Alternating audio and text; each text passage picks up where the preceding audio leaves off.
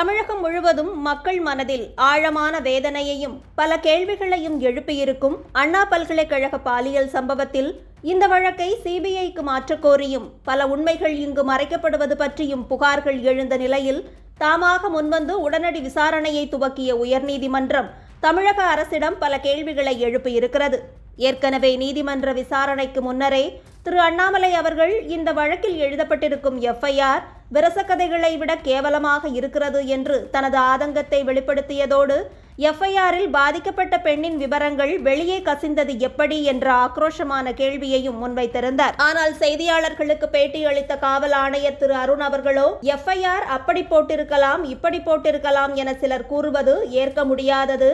பாதிக்கப்பட்டவர் கூறுவதை அப்படியேதான் பதிவு செய்ய முடியும், நாங்களும் அதைத்தான் செய்திருக்கிறோம் என கூறியிருந்தார். ஆனால் இந்த வழக்கு விசாரணையின் போது நீதிபதிகள் இதே போன்ற கேள்விகளை எழுப்பியிருப்பது மக்கள் கவனத்தை ஈர்த்திருக்கிறது. பாதிக்கப்பட்ட பெண்ணின் மீதே தவறு இருப்பது போல எஃப்ஐஆர் உருவாக்கப்பட்டிருப்பதாக குற்றம் சாட்டிய நீதிபதிகள் பெண்ணின் பெயரை ஏன் வெளியிட்டீர்கள் என்ற காட்டமான கேள்வியை எழுப்பியுள்ளனர். வழக்கு விசாரணை நிலுவையில் உள்ளபோது எஃப்ஐஆர் கசிந்தது எப்படி எனவும் முடக்கப்பட்ட பிறகு எஃப்ஐஆரை மற்றவர்கள் எப்படி பார்க்க முடியும் எனவும் அரசுக்கு சரமாரியாக கேள்வி எழுப்பப்பட்டுள்ளது.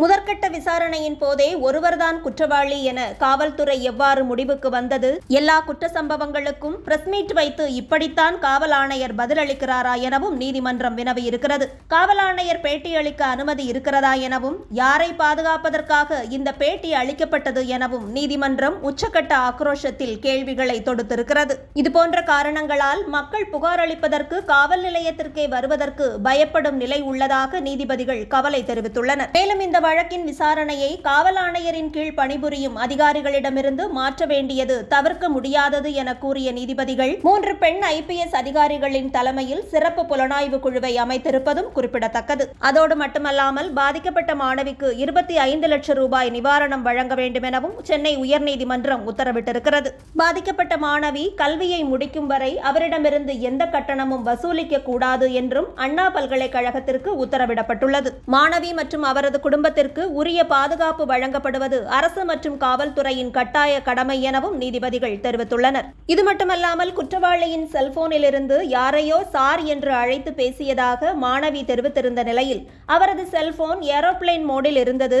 அவர் யாரையும் அழைக்கவில்லை, மாணவியை மிரட்டுவதற்காகவே அவர் அவ்வாறு கூறினார் என்ற விளக்கம் அளிக்கப்பட்டிருப்பது சந்தேகங்களை கிளப்பியிருக்கிறது.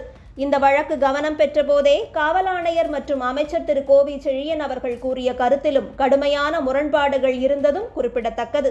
யார் முதலில் புகார் அளித்தது, எங்கிருந்து யார் மூலமாக இந்த வழக்கு பதியப்பட்டது என்பதிலேயே அவ்வளவு முரண்பாடுகள் இருக்கும் போது எல்லாமே டெக்னிக்கல் எரர், நாங்கள் ஒன்றுமே செய்யவில்லை, குற்றவாளிகளை காப்பாற்றவில்லை, மாவுக்கட்டு போட்டுவிட்டோம் என்றெல்லாம் நடத்தப்படும் நாடகங்கள் தமிழகத்தின் கேவலமான ஆட்சியை தெளிவாக படம் பிடித்து காட்டியிருக்கிறது.